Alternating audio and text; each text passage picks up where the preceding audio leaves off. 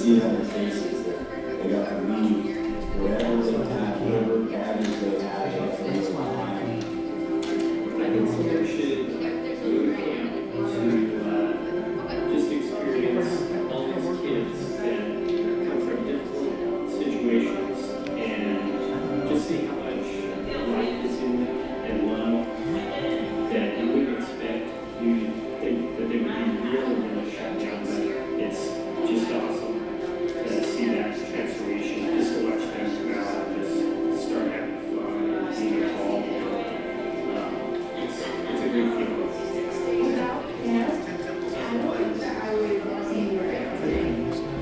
You know, you don't have to be a preacher, you don't have to be an evangelist, you can be just a regular person with a 9-to-5 job, and you can go to this camp and be used by this and bless these kids and show them something that they've never experienced before.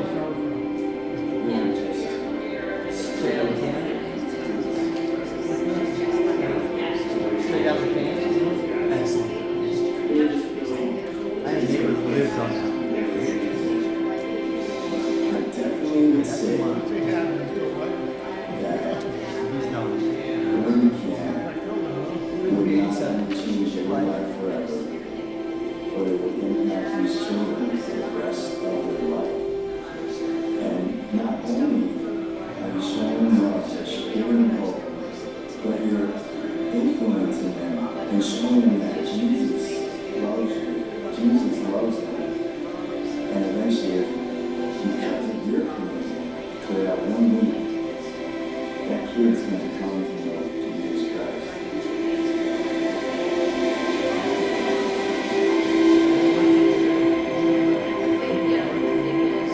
Where's that? Yeah, I told Tiffany I still have those spare bows. Boys can use. I can do that. Is that anywhere on the form? Say sports. Holiday parties. Yeah.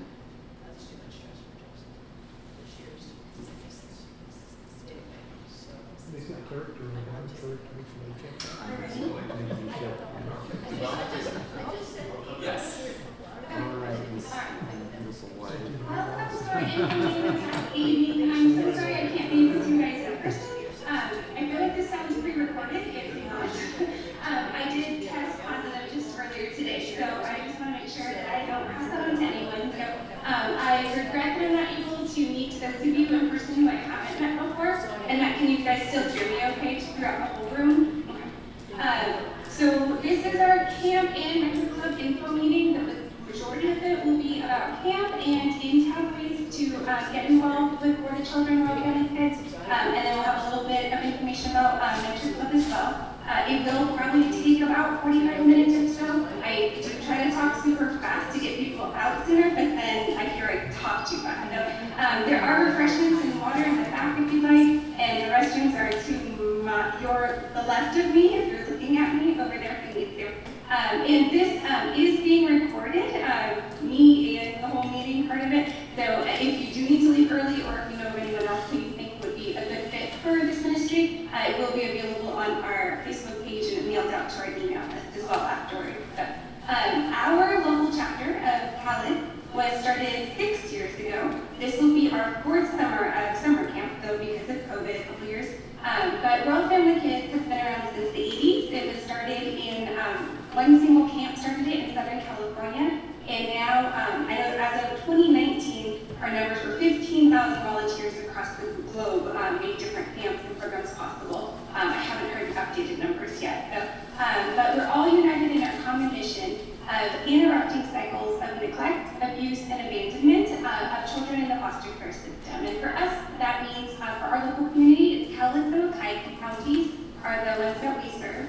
And that includes kids that are ages 7 to 11 years old who are currently in or have experienced foster care. So that might mean that these are kids that are reunited with their biological families if they were able to do the work to get them back. And it could mean that they've also been adopted, or that they are in kinship care as well. That's where an extended family relative might have taken legal guardianship.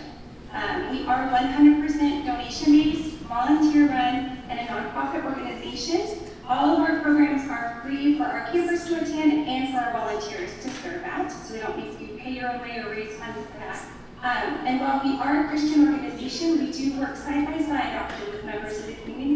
And we've all experienced how even amongst churches and different denominations, and within one church, there are many things we don't all agree. So above all else, we're seeking volunteers who can put aside any types of differences and work peacefully, lovingly, and humbly together in a cooperative team in our mission to provide an amazing week for our kids at camp, where we get to share with them that they do have a Heavenly Father. They get to experience His love through those of us who are there, whether it's there or in town, hundreds of us each, even within our local community, that are making camp and different programs in town possible. I'll start with camp. We do consider it our local mission trip, although some folks can go overseas. For us, we're looking at this as a mission to our kids in our local community. We are called Royal because we get to introduce our kids to their Heavenly Father and also their brothers and sisters in Christ to them as well. And then I might have talked extra, gotten through some of the slides. So Matt, if it's not on the camper registration or the commissioning service slide. So the week of camp starts on Sunday, July 23rd. We have a commissioning service here. So Renewal City Church, we're a ministry of Renewal City Church. They own this building. We have church in, is it this way for you guys, the theater? So we'll have a commissioning service there. And then all the camp volunteers carpool from here to the campground. The location of the campground is kept confidential for the safety of our kiddos. A lot of times judges have dictated that their biological families can't know their location or remove for their safety. So we don't advertise where we'll be having them for the week. And our volunteers find out after the whole application process, interview process, and that volunteer training. Social workers don't even know, just the, and foster parents don't know, it's just the admin at DCYF, Department of Youth and Family. And so we get to camp, we get everything set up, we take trailers full of supplies, we unpack, and we have a time of more training there on Sunday afternoon. And then a couple of us, like 3 or 4 of us, come back from campground on Sunday night, so that we're here Monday morning. Here in town is where our kiddos get dropped off locally on Monday morning, and that means we need another in-town team of volunteers at the camper registration. So that's slide 28. And we have a lot of different people that make that possible. We have a lot of different teams. We do, a camp nurse is one of them that comes back with us so that she can accept the meds herself. And then we also have greeters, sign in paperwork. We do a life check. If the kiddos have it, we treat it. So we're prepared and have volunteers ready to do that. And then we continue to treat it at camp as well. We don't turn our kids away for that. And then we do serve them breakfast. So we need a breakfast team as well. And we pass out their shirts, we take a headshot of the kiddos and their name tags, and then we just have a playroom for boys and a playroom for girls. So we need volunteers that are just there to help kind of put their nerves at ease a little bit. All of our volunteers there, the in-town registration team, we're looking for warm folks that are welcoming, and our kiddos, some of them may not have really been explained where they were going to. They might have all had bad experiences anytime they were sent away, or just one more unknown place that they're being shipped off to. Some of our kids are returning campers. We do try to get our returning campers back. So they may be super excited. But even some that you think would be excited to come back, there might have been something recently that went on. Parental rights might have just been terminated. The parent just did not meet the different guidelines and checklists for getting that back. It could have just, one of their siblings might have been moved across state or out of state. So even those that we think will be excited, there just are a lot of different emotions for that morning. And so looking for folks that can be welcoming and warm and just connect with them. And then those of us that came back from camp, we get on a bus with the kids and we all go back to camp with them. And so the next slide is our royal welcome. We literally roll out the red carpet for our kiddos, and each one gets a special welcome as they come off the bus. And then the next slide kind of gives an idea of different activities at camp. Depending on the campground, there are different options, but it could be things like nature hikes, swimming, kayaking, fishing, boating, rock wall, zip lining, canoeing. We do always have morning chapel and evening chapel. The different chapels include a Bible story time. One of them has a drama skit where our drama team of actors act out, I think it's about 10 minutes each day of a drama story that goes throughout the week. Each chapel time starts and ends with music and motion. If you've been to vacation travel school before. We end up memorizing different music devotion with the kiddos.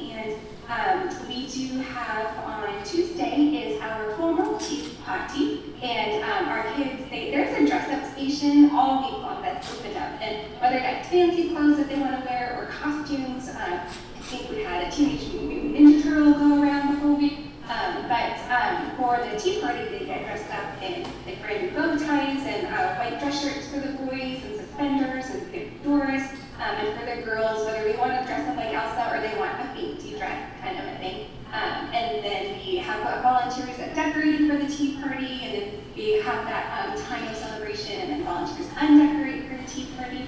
And then Wednesday is everyone's birthday. So when we wake up, we all say happy birthday to everyone. And at lunchtime is our pizza party with all the decorations and a big welcome as the kids come in that day. And then we go from there to a carnival. So we volunteers set up a whole carnival with dump tapes and carnival games and big bouncy slides. And when they get back to their cabins for quiet time is when they find their birthday presents there for them and their brand new backpacks filled with school supplies. And we've got an electronic take-up art station, woodshop, arts and crafts. There's a lot more. So the different roles that we have at camp, I printed out 5 pages long, so I only printed out like 8 copies, but I spread them all out throughout that room there. We've got support staff and we've got camp counselors. So the ones I printed out were some support staff roles because I don't think you would want to stay here late enough for me to go through all of those. But some of the highlights are Camp Grandma, Grandpa, and Camp Aunt and Uncle. It lists all of them on the front, and then if you flip through the different pages, it's got different descriptions that give more detail about what each one does. I do have it as a PDF, so you'll see some of the things that are clickable links to even more information. So I'm happy to send that to anyone who is interested in a specific role or more information about it. We are a royal family, so we do the aunt, uncle, grandma, grandpa, and when folks ask like, what do you do? It's really just loving on the kids to give more of that atmosphere of a family. Some of our kiddos don't know any of their extended families. Sometimes they've never met any of them at all or just lost contact with them. And so it's neat when we come back to town and even months or years later, you run into a camper in the store or something, and they run up going, Aunt Mary Jo! And they remember that. There's those little connections. And one of the things that we have at camp every year is photographers and videographers. And all throughout the week, they're taking photos of the kids, and we make sure that we get them with the kiddo with grandma, grandpa, the kiddo with aunt and uncle. And at the end of the week, we give them a photo album filled with all the photos of themselves. The activities that they did, that can be zip lining, that can be at the birthday party, but also the connections and relationships that they made. And some kiddos in foster care don't have any photos of themselves. Some folks, a lot of times it's so transitory and temporary, they don't take the time, or maybe they've lost them in different moves or something. So, but some of our chapters that have been around 30 years or longer, they've got testimonies of campers that have collected their photo albums across the years, and the homemade blankets that they were gifted at camp or different things, and that those, despite all their moves, they've been able to hold on to those. And one of our families here, one of our campers, she's been with us since 2018, and she'll be back again this summer. I think she's graduating this summer. Like I said, she started when she was 7, so, and we can take it to 11. But her mom says that she's got a shrine. We're also like a shrine in her room. She just keeps adding all the different, every summer that she comes, she has, because they get 2 brand new t-shirts that are camp themed, and then their brand new duffel bag. Our info table behind you just kind of gives an idea of the different types of things that we send them home with. So we talked about support staff roles. There, all the different stations have a different team leader, coordinator, wood shop, drama, and then we also have camp counselors. And so camp counselors are the ones that are actually assigned kiddos that they are responsible for all week long. So if I was a camp counselor, I'd have 2 girls assigned to me, and I would also have a buddy counselor assigned to me, and she would have her 2 girls. So the 6 of us, me and my 2 and her 2, would go around as a cabin pod to all the different activity stations. We'd sleep in the same cabin. And in our cabin, we would have 1 to 3 additional adults sleeping in there, just so that no adult ever left alone with a child at any time. And those additional adults are the support staff, and they're the ones that run the activity stations throughout the week. And our camp counselors are on, we say 22/7, 22 hours a day. They get 2 hours of assigned break time from around 8 o'clock at night to 10 o'clock at night. That's the counselor break. We do a training, really drill into them, that we want them to be recognizing and taking this inventory all day long. They are allowed breaks also too, right? 5 minute, 10 minute, 15 minute here and there.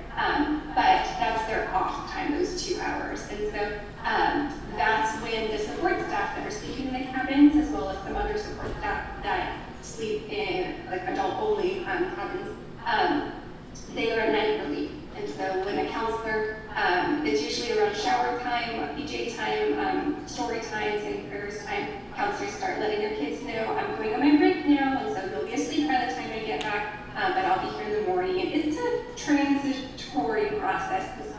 Some of our kiddos wake up and people are different. And so just easing their minds a little bit throughout that transition.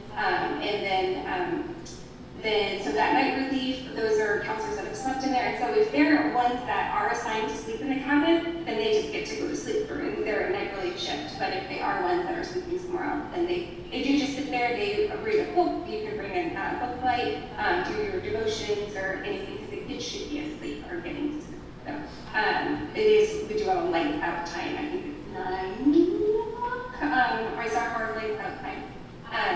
So we've got counselors and support staff, and then there is an organization chart on the next slide if you're not there yet, but we are kind of upside down. The top of our organization chart are our campers. They're the highest, most elevated, most important thing about camp. We say often, camp is for the kids. Anytime we're asked to do something that maybe we don't really want to do or love doing, it's just a reminder, camp is for the kids. I will go in the polar bear swim. We don't have a polar bear swim at our campground. I volunteered as a camp counselor at other chapters just to get more experience. They do, and I'm not a lover of cold water at 6:30 in the morning, but my campers wanted to go, and camp is for the kids, so. But you're welcome that we don't have to do that at ours. But, so we've got our campers, we've got our counselors and staff assistant support staff, and then we've got support staff with specific roles of the coordinators. We also have a kit nurse, she's a support staff, and photographers. So some support staff have assigned roles, some are just floaters, they're just there. Our kids sometimes have higher behavior needs, and so we want to make sure that no one is getting too burned out or feels ill-equipped or unable to deal with that. And so we take more adults than campers to camp. And so usually our past couple years we've had 32 campers and we've taken 45 adults. And part of that's when counselors are showering during their 2-hour break time, or on their break, we need the replacement counselors, the night relief, to be there. But also it just helps us be able to have smaller groups and to give more one-on-one attention and allow for that time of break that's needed. If those of you that have done PBS, that's an exhausting, usually 4 hours a day. We're there 24 hours a day for 5 days, so we don't want to wear too many folks out too much. And so some support staff are just floaters to help be able to fill in. Because we never let an adult be alone with a child, if one kid needs to go to the bathroom, they have to have 2 adults walk them over there. And so if that's not nearby, it can take them, and then one kid needs to go, and then another kid needs to go, and then another, so pretty soon we've gotten multiple adults pulled from a group activity. So we just want to make sure we're safe and have enough staffing at all times. And we do have a special care team. Those are like our child behavior specialists. Those usually have a combination of either their education or experience working with kids with higher behavior needs or kids from trauma. And they have we have a wide range of counselors and support staff who have never had kids, never been around kids, never watched kids. And that way when they feel ill-equipped or just not sure how to handle something, there's always, I call them like our firefighters, and sometimes our care team feels like, I didn't do much all week, and I feel like that's a success, because that means we didn't have a lot of fires. And so even those care team that are just floaters there, as a counselor, when I have my 2 kiddos, if I'm at crafts, and one kid wants to be working on this craft and one's working on this other craft, I'm still trying to help both of them. So just having the extra support staff, when they ask, well, what should I do, where should I be? The answer is be where the kids are. We all have walkie-talkies, and so if you're looking for something, we say, just get on the radio and say, this is Jess, I'm over by the bike barn, but you're not allowed to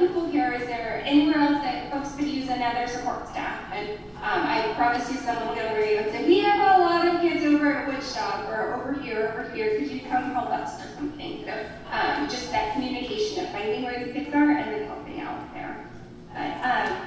And we also cannot go to camp if we don't have a state licensed either social worker, school counselor, or like therapist counselor, psychologist, and a nurse. So we need both of those roles to be able to go to camp. My goal is always to get at least 2 on staff, just in case one breaks the hip and can't go, or a family or loved one has something happen to them and they have to stay home. So God's provided every year so far. We only have 1 of each, and they both made it to camp and been able to stay the whole week of camp. But our hope is to always find more of those folks. So if you are or you know anyone that fits into those roles, we always could use more folks helping us to recruit a nurse and a state licensed social worker, therapist, or school counselor role.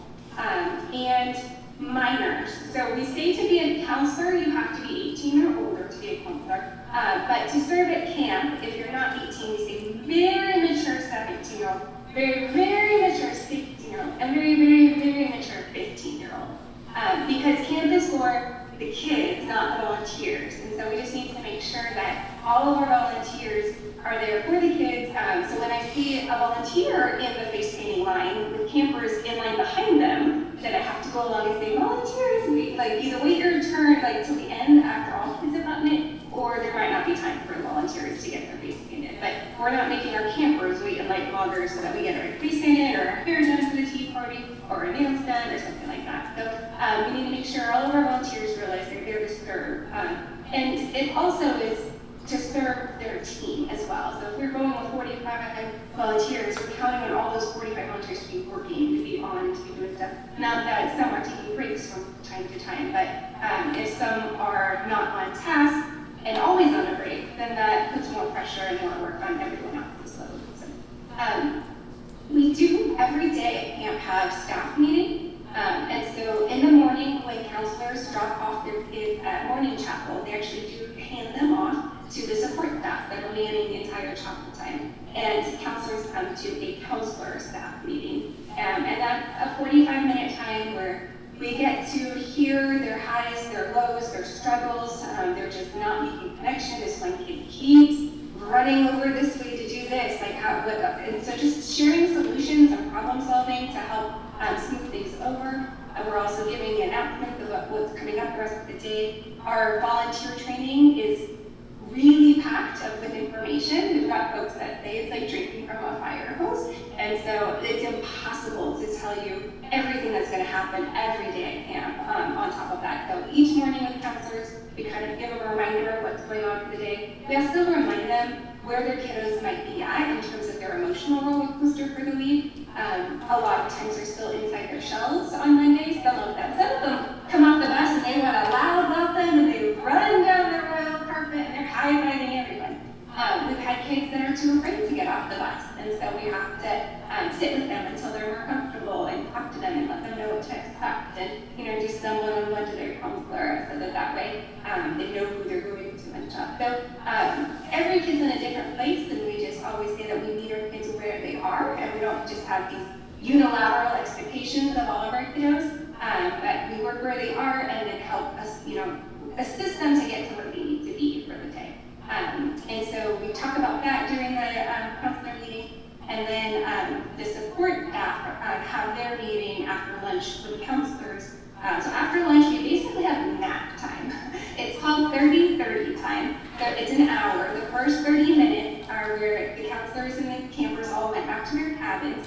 First 30 minutes is each person is on their own bed for 30 minutes of silence. And whatever they want to do for that, if they want to read, if they want to play with Legos, if they want to draw, that's fine. They just can't be talking.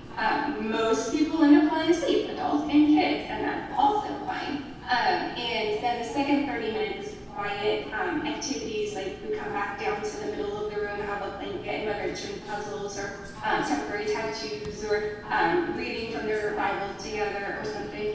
Some folks are still sleeping for that second 30 minutes, adults or kids. So we just have some quiet bonding time down there. So during that hour, 30-30 time, our support staff are in their staff meeting, so they're also kept in the loop.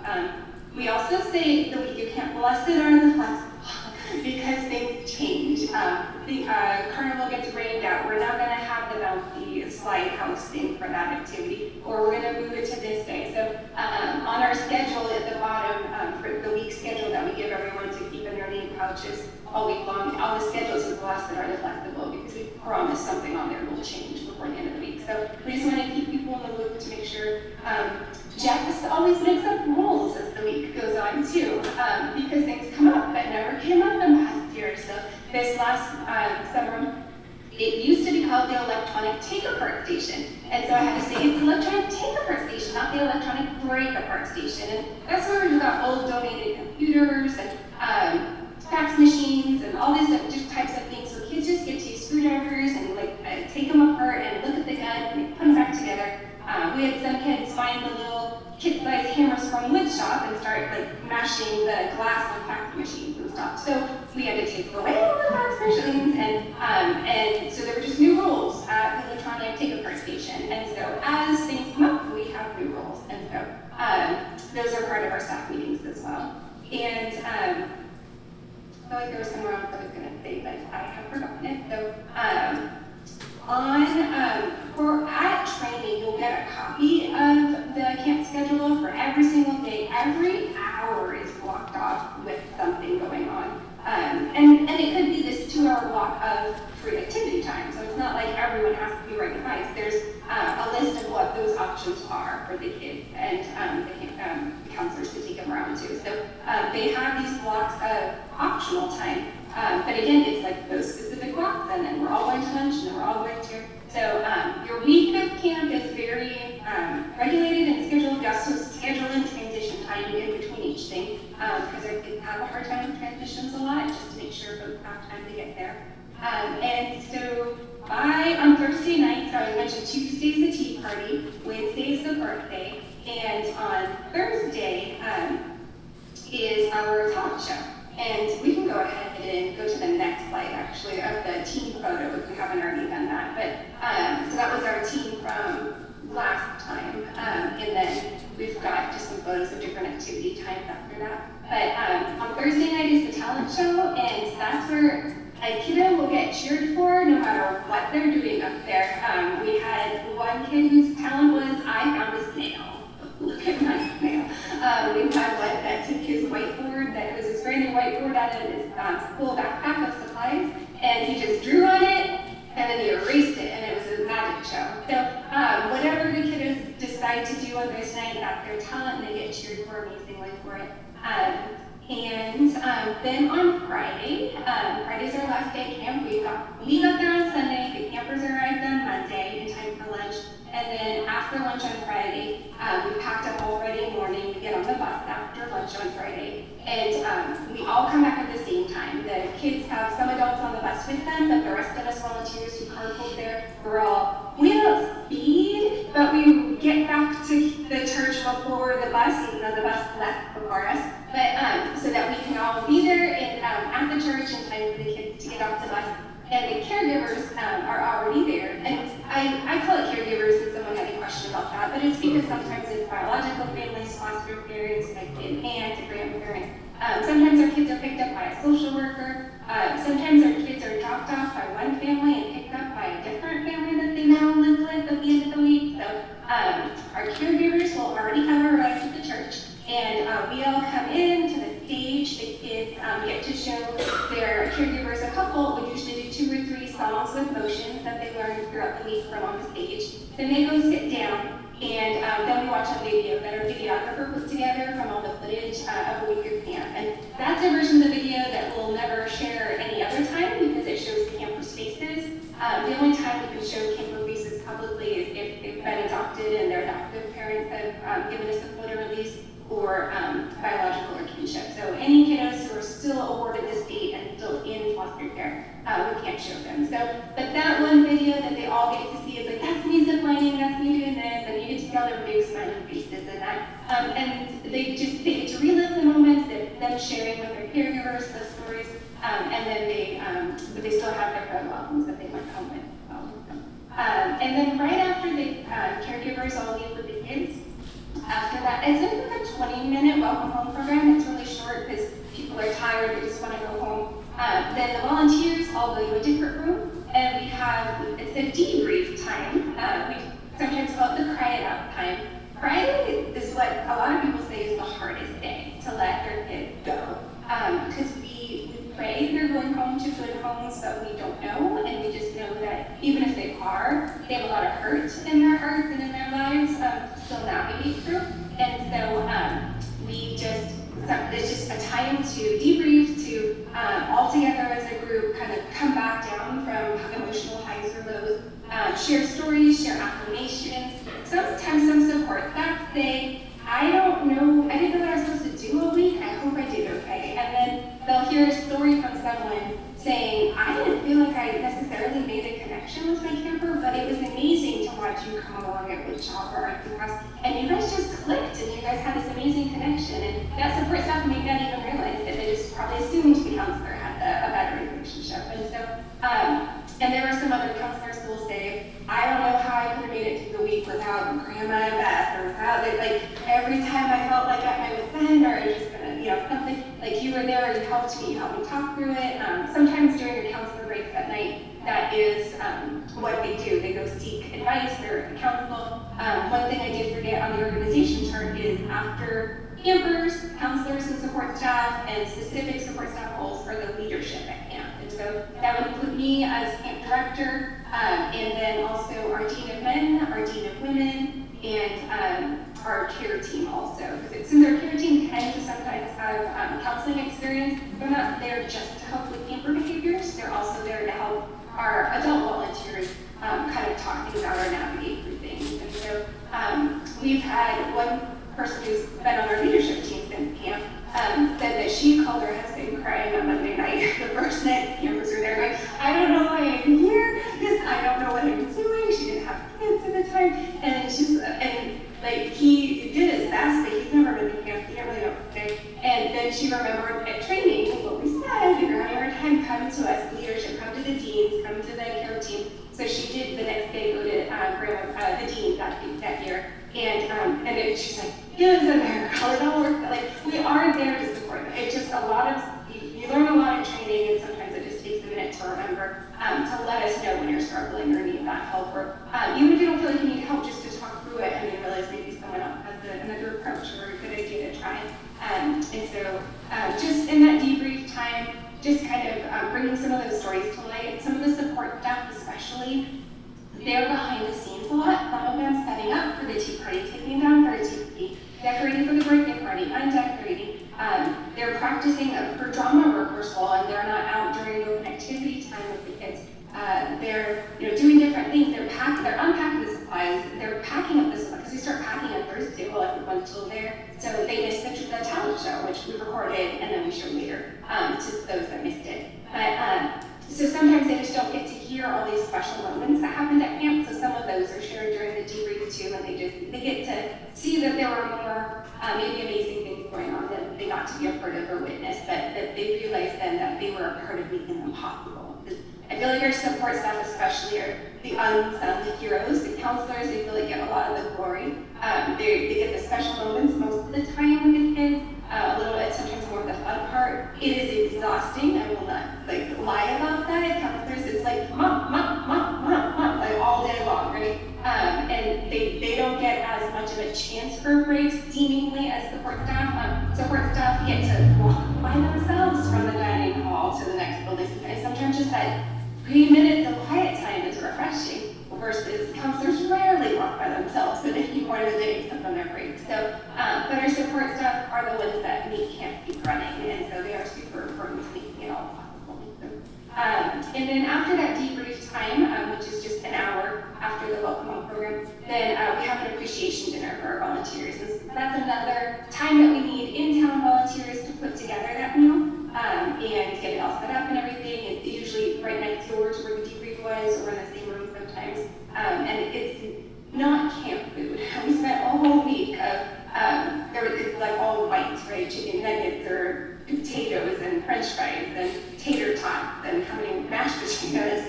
And yeah, so it's just a nice meal to show our appreciation to our volunteers who sacrificed a week of their whole summer or with their families. And we keep that short too, it's less than an hour, and then they get to go home. So, if we're not there yet, I think if we did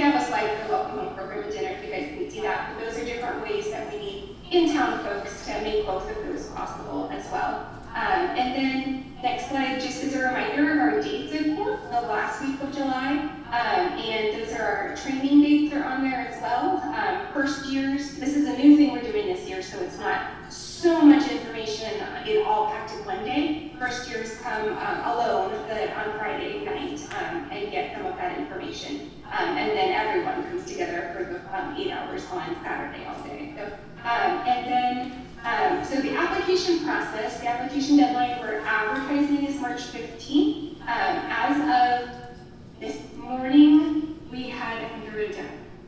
No, I didn't write it down. I think we had 20 women and 6 men. And we didn't get a new man by this morning. We got a new woman by this morning. And we need at least 18 men to be able to take our normal number of boys.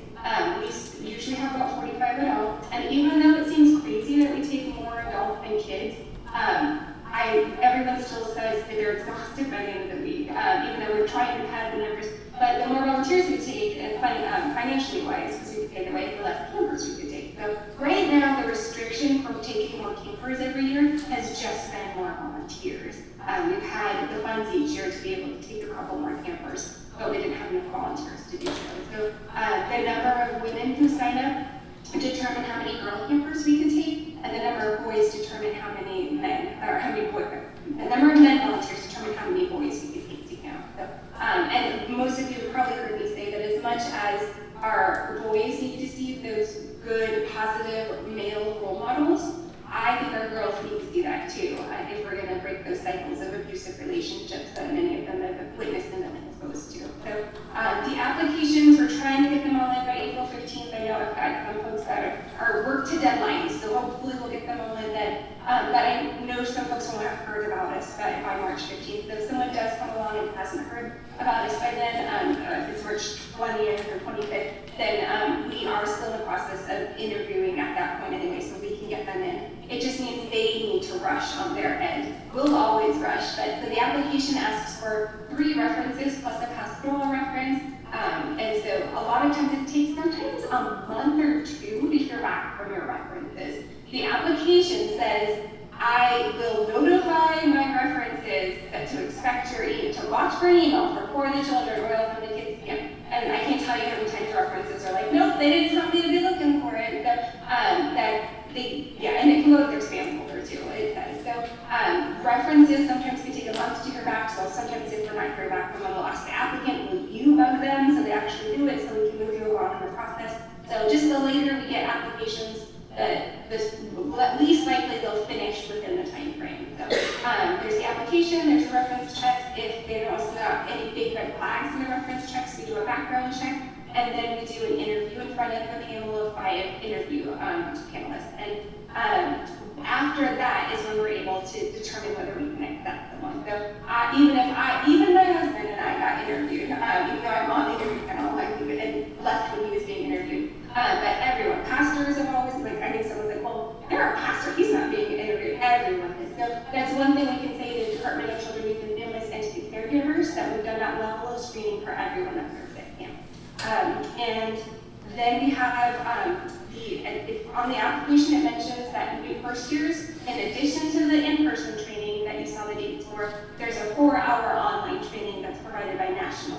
And so we need to, after the interview is when we give our volunteers, the first year volunteers after that to finish before the in-person training in June. The next slide talks just a little bit about TBRI, if you haven't heard about it, trust-based relational intervention. It's a core of our training for our volunteers.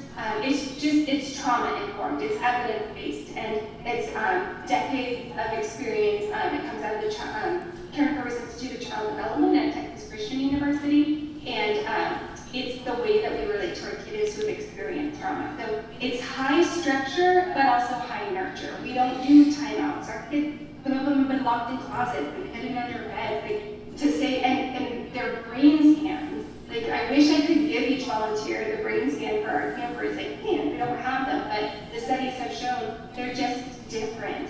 When they live in the amygdala and the base of their brain at the top of their spine is overdeveloped. That's the watchdog. If I'm in a dangerous environment and I need to protect myself and be looking out, that's overdeveloped compared to their peers. Where the prefrontal cortex cortex, where the higher processing goes on, that is way underdeveloped for their age because it hasn't been a muscle that's been used. And that's where they can use their words when they're angry, and they don't punch someone just because they're hangry or something.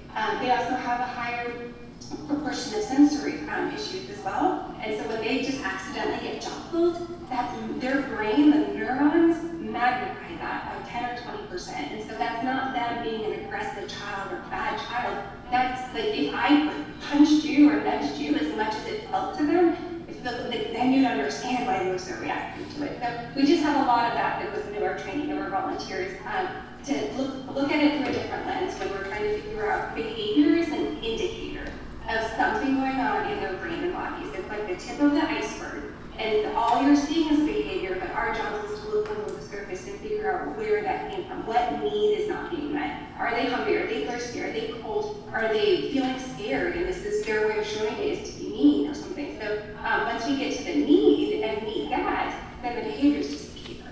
So, and that's what the care team is also there for. So we talk about in training, but the care team is also there to help with those child behaviors so no one feels, I'm not going to remember any of this or how to do it.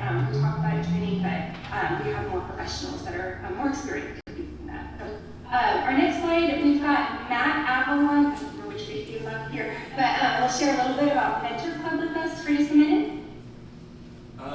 Yes. So, yes, for camp is kind of our big event that we have going as of the moment. But Mentor Club is our kind of secondary, or not secondary because it's equally as important, but it's our second aim of Royal Family Kids.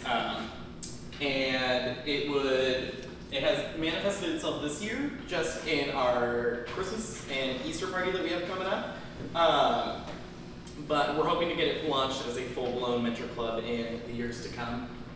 So what it would look like is that volunteers would be committing to at least 1 year worth of Mentor Clubs. It would be one Saturday morning a month for approximately 3 hours. So you're not getting the same level of, you're taking a whole week off of your life. You're just committing to that one chunk on each Saturday morning, or each month for one Saturday. It would have mentees, mentors, support staff, kind of like it does for camp with counselors and support staff there. We'd have games, music, icebreakers, Bible stories, that whole enchilada. And as you see, 9 monthly meetings as well, just kind of those going off the typical school year calendar there. So really what we need to get it started, and why we haven't been able to start it yet, is just needing more people, more bodies. So, we would need a mentor coordinator, someone on the front end to kind of help get everyone situated and organized. We need mentors, floater mentors, kind of those people like at camp that she's talking about that help fill in the gaps and make sure that people aren't feeling super overwhelmed. Leadership team, activity center coordinators for all of the different activities that we have going during the thing. Looking for grandma and grandpa as well, aunt and uncle, music coordinators, Bible teachers, behavior assistants, really a lot of the same things that we are looking for camp. We're also looking for to help us with Mentor Club.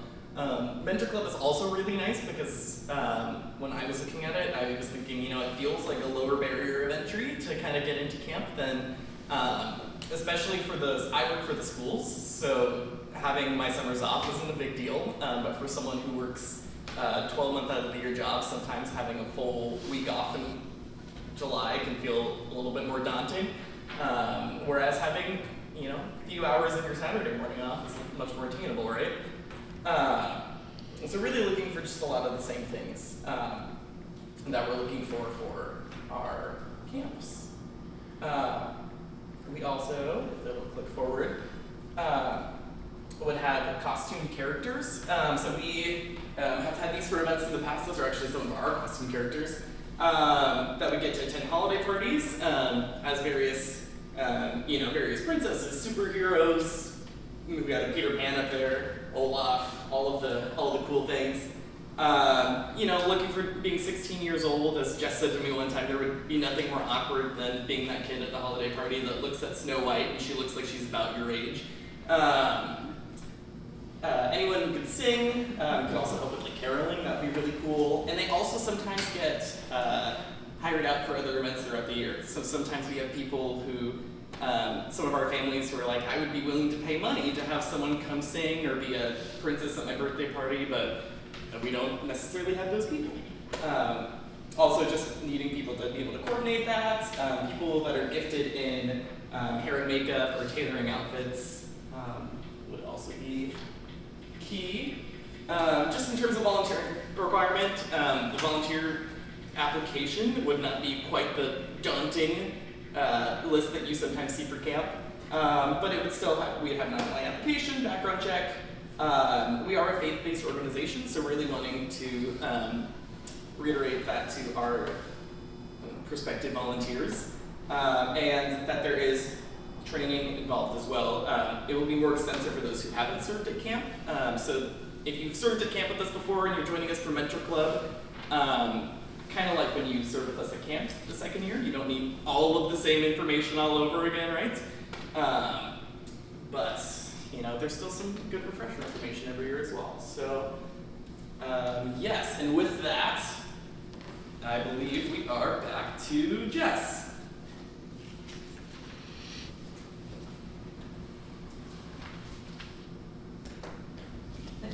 We're back to Nope, you're Jess. good. I had to text her. You're good. Oh, okay. She couldn't hear you. Oh, I was still muted. It's with me. Sorry about that, Jess. No, it's okay. Okay, are you ready for me? Yes. Okay. So I don't know I didn't hear any of that. So all I will stress is that the thing we need most to make Mentor Club happen is the folks willing to plan it and lead that. We do have enough folks that are on the list to show up and serve the day of, but we need more folks willing to lock down the logistics of where we're going to meet and plan out the craft that's going to happen that time, and commit to learning the music emotion and leading that during it, snacks and Bible story, all those different things. So we are looking for more of those folks willing to put in that time beforehand. And be a volunteer coordinator and be texting each person individually, making sure they're coming, that they did their application, that they followed the link to their background check, all that kind of stuff. So the first phase for the children who are welcome the kids is camp. We're welcome the kids camp. The second phase is adding Mentor Club. And then if we're talking about Jess's wish list, the third phase is track, and that's Teen Reach Adventure Camp. We talked about camp is for ages 7 to 11, and track would be for teenagers. So starting around 13 to 17-year-olds, and as those who served at our camp have experienced, we're already dealing with hormones at camp with 11-year-olds. So track would be one 3-day weekend for girls, staffed by women, and a separate 3-day weekend for boys, staffed by men. So again, that takes a whole other leadership team, planning team to run that all year, to get that together, and then volunteers willing to do that. And that would just be a 3-day weekend though, commitment as well. So, and then in town, we have so many different ways of serving. And so camp is only possible by planning all year long, and so that's whether it's the leadership team or just different coordinators planning their different areas. We also just need folks that make things run. So if you may have heard about us or if your information was on social media, it takes someone we've got a graphic designer that's creating the art, and we just need someone else other than me always posting it on Facebook and Instagram, someone else other than me updating it on our website, other folks willing to entry into Google Sheets, whether that's added to our mailing list, different things. So those are things that even just introverts can do. We have one lady who says, I don't like talking to people. And so she's great at filling out all our Google Sheets and tracking information. And she's willing to do the text reminders for folks too. But then if you're extroverted, we've got, hopefully each one of you got one of those info flyers on your way in, and at the bottom, there's an area for you to fill out if there's a way that you're interested in learning more about, or just saying, I would be willing to do this. And so we'd love it before you left if you would just tear that off on the bottom part and give that to one of us on your way out. But we get those, and we want those, but then we only have me to follow up with everyone right now. And so if someone may be extroverted that would be interested in following up with each different person and making sure that they know the next events that are coming up, whether they want to go ahead and sign up for it or if they want more information, and making sure they get on the mailing list. If they don't check their email, making sure they're getting the information some way. And then we need team leaders. for different areas as well. I kind of look at them as shepherds that have a flock of volunteers that they make sure are coming. So because people don't check their emails or they're not on Facebook, then they miss the fact that we have an Easter party for our campers coming up in a week or a couple weeks. And then they feel left out that they didn't get to be part of it. So team leaders have kind of make sure that their flock of volunteers get the information, read the information, and are coming to the things that they want to be a part of. And then we're looking for a team of recruitment folks that are willing to follow up on different leads, and those that are just willing to show up and serve. We've got the different things where they're just setting up tables and chairs, taking tickets at a fundraiser, helping us to organize our storage area, take inventory of the supplies we have left over from last year, and then make a shopping list for what we need to buy for next year, like our makeup and our fake nails and woodshop supplies and different things. And then we need planners. We've got an event planning team that are the ones that decide what events we're going to have throughout the year, and they just meet 1 hour once a month. So they plan them, and then just the other volunteers that are willing to step in and serve in them would be great. On the next slide, you have an example of one of the fundraisers it was an info/fundraiser event, speed friending. I don't know if you've heard of speed friending. I thought it sounded fun because it's unique, and we're looking for ideas of low-level commitment things for folks to just come have a good time, but also learn a little bit about us in like a 5 to 10 minute little spiel at the end of the event. We ended up putting all the work into this and selling tickets and then canceling it because we only sold tickets to one other person other than me, and she got free tickets. But so we're looking for folks that are willing to say, you've got an event coming up, I'm on board with that event, and I will help a team of different people saying, I will bring 5 people, I will bring 5 people. We'll make sure enough people are there to make something happen. Otherwise, we keep waiting and advertising, and then the tickets don't sell, so we can't pull it. So, we have 380 people on our email list, we have 740 people following us on Facebook, 80 on Instagram, and still they're just not getting the information or just not feeling like a lot of them want a personal invitation, and I personally can't be the one to be able to do that all the time. We have a superhero 5K fun run that we want to put together, but that is just looking for more people on that planning team for that specific event to make it happen. On the next slide, you see our Royal Tea Party. That's our biggest annual fundraiser every year. It'll be our first year back since COVID, and we still need volunteers. We're almost sold out. We've only had tickets on sale for 7 days, and I think we have 10 left out of 313 tickets. But we still need volunteers. We need photographers and coordinators and planners for the decorations and the stage decoration and the photo backdrop area for the commemorative photo, and someone to help set out all the food, and someone to help with the crafts and the take-home souvenir, and face painters, and folks to donate food, whether it's make or buy them. Everything is donated so that 100% of the funds raised go straight to camp. So silent auction items as well. So those are different ways. And our next slide is just different ways to follow us on social media so that you're getting the information. We would love it if you shared it, because you each will reach so many more people than I will ever reach. And even if some people like our Facebook page, they don't change the notification settings to get them more often. They just keep it on default. And so they say, I never see your posts, but you can favorite it, and then you'll actually see posts more often. And you can join our monthly newsletter. If you fill out that tear-off flyer, that will automatically put you on it unless you check to say, I do not want to be put on it. Otherwise, you will be on it if you add your email. And we've also got, for the Royal Tea Party, I forgot, we do still need hairstylists, especially, too. We don't have any hairstylists.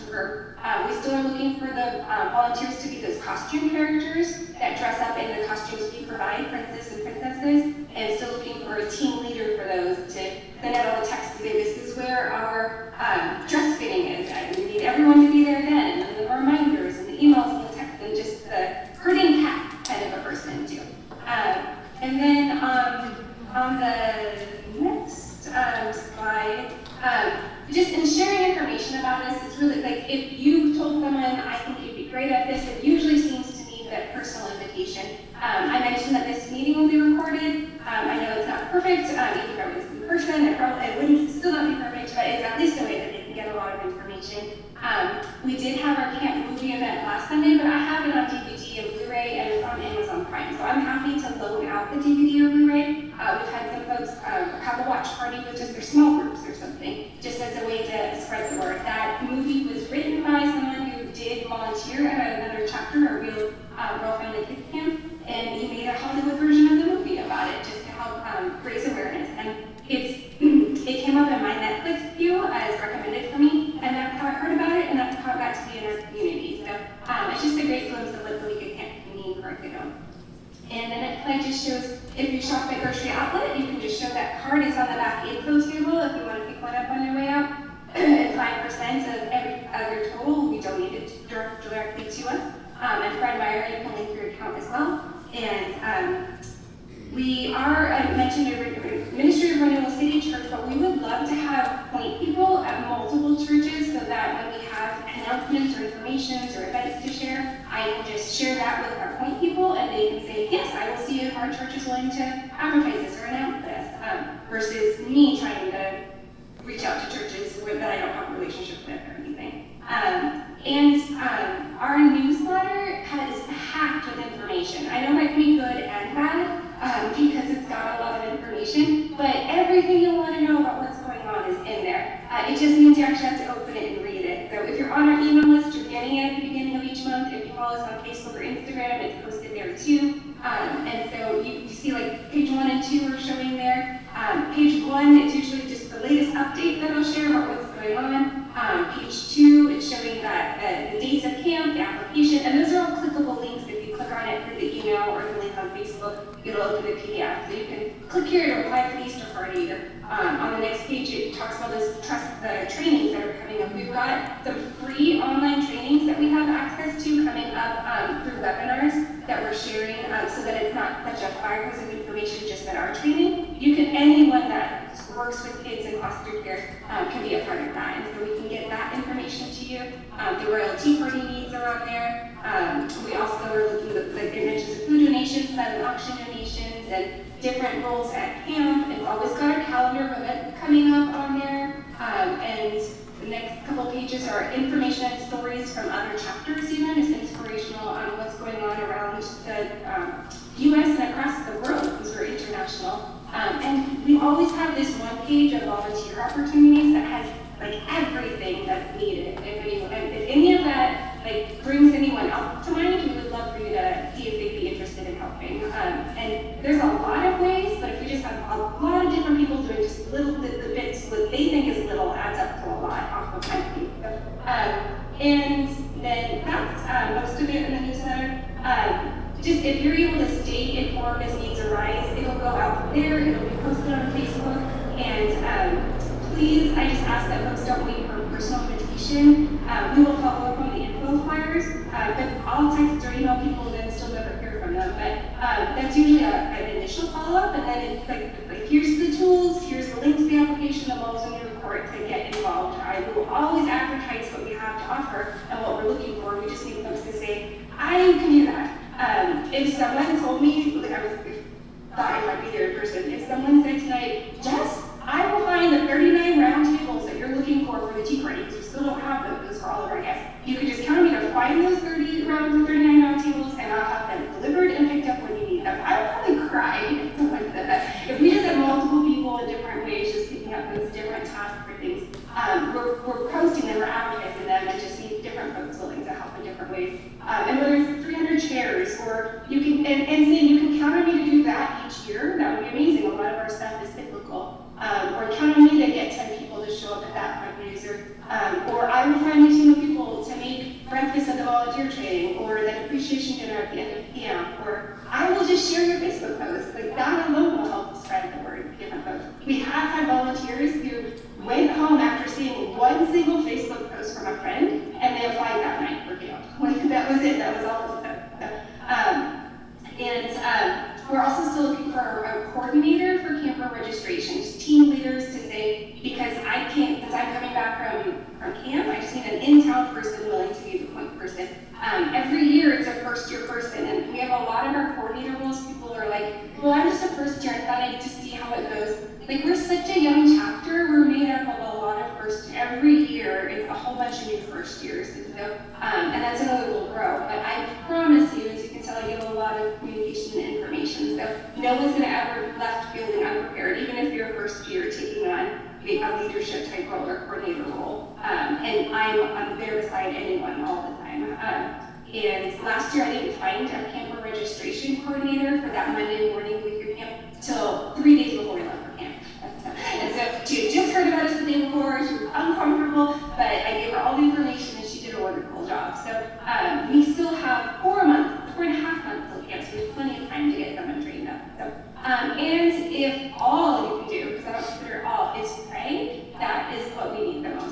For more volunteers and just for our campers to be transformed in the way, our campers and volunteers to be transformed by the week of camp.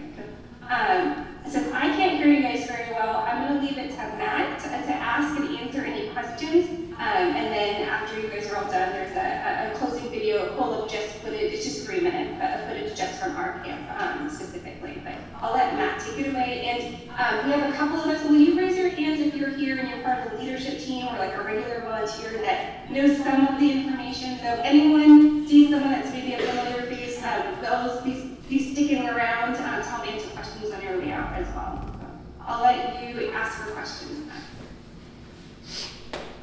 Any questions? I do have one. Yeah. I'm thinking of somebody else, but she used to be an EMT firefighter.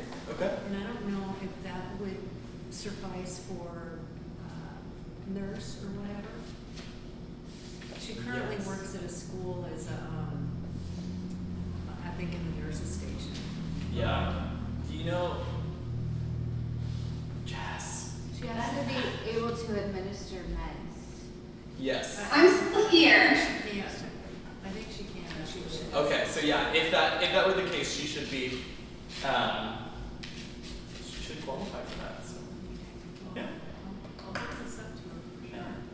That'd be awesome. We answered it, just kidding. Yeah. Anything else? I know Jess provides a lot of information really quick. So please don't feel like you had to have caught all of that and now know anything that you were hoping to know. So it sounds like you need a bunch more guys. Then. Guys are always a big need. Guys are always a big need. Yeah. So how many were you short? Did you say there was only 8 that were signed up? So we have 6 currently signed up.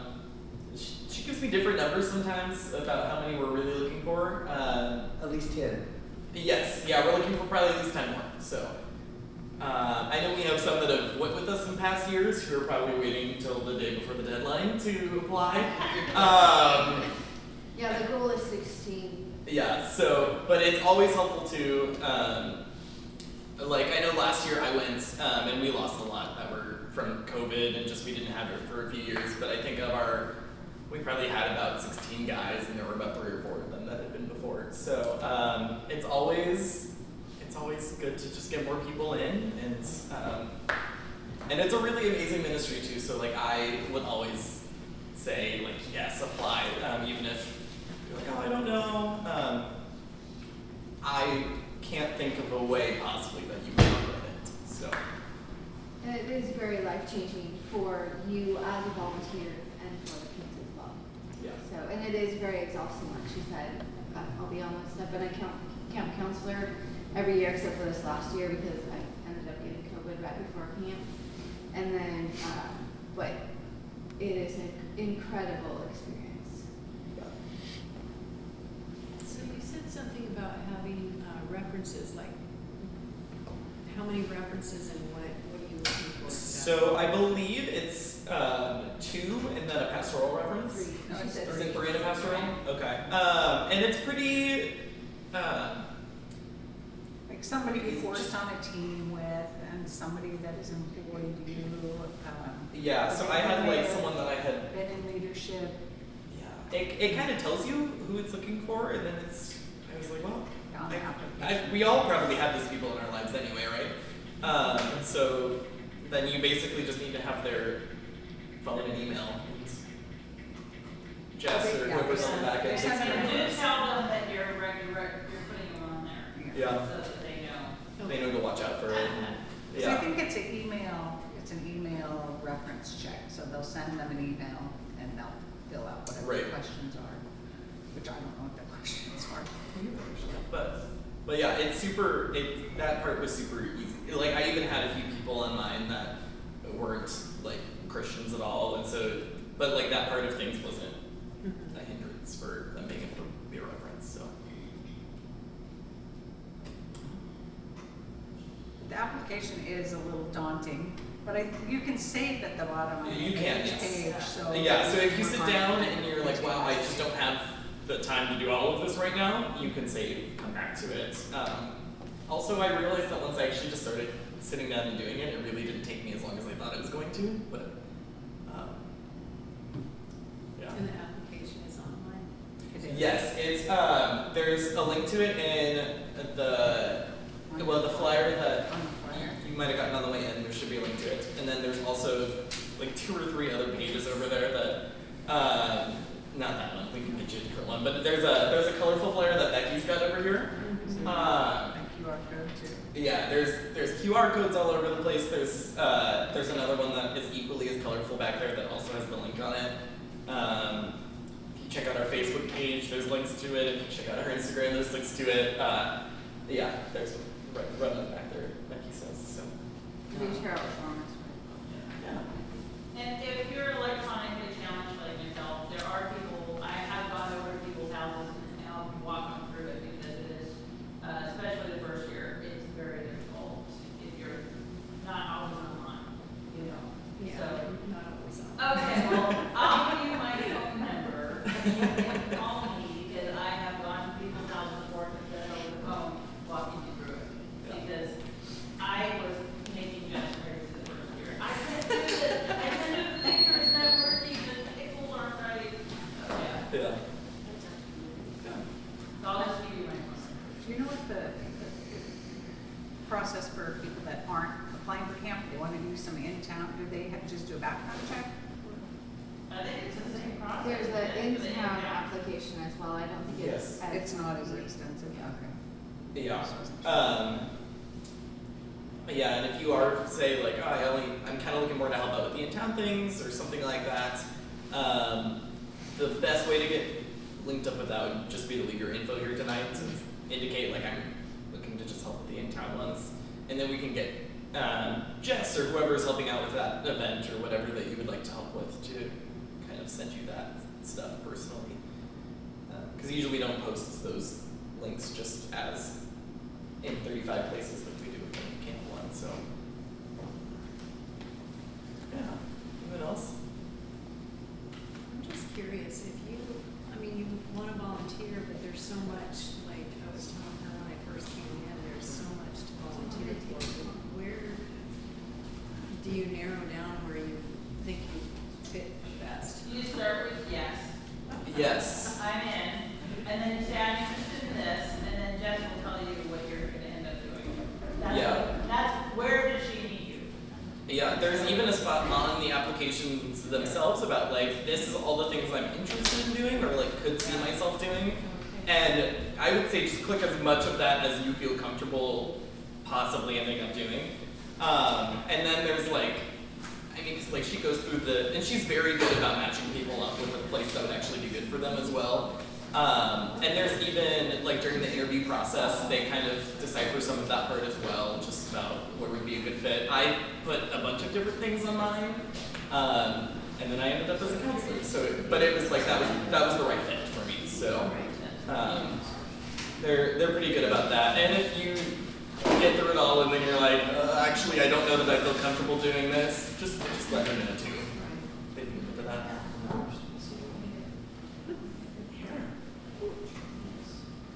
This is awesome. Anyone else? Cool.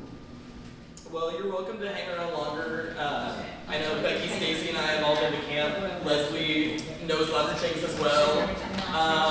If not, have a good night. There's going to be a little slideshow playing from this past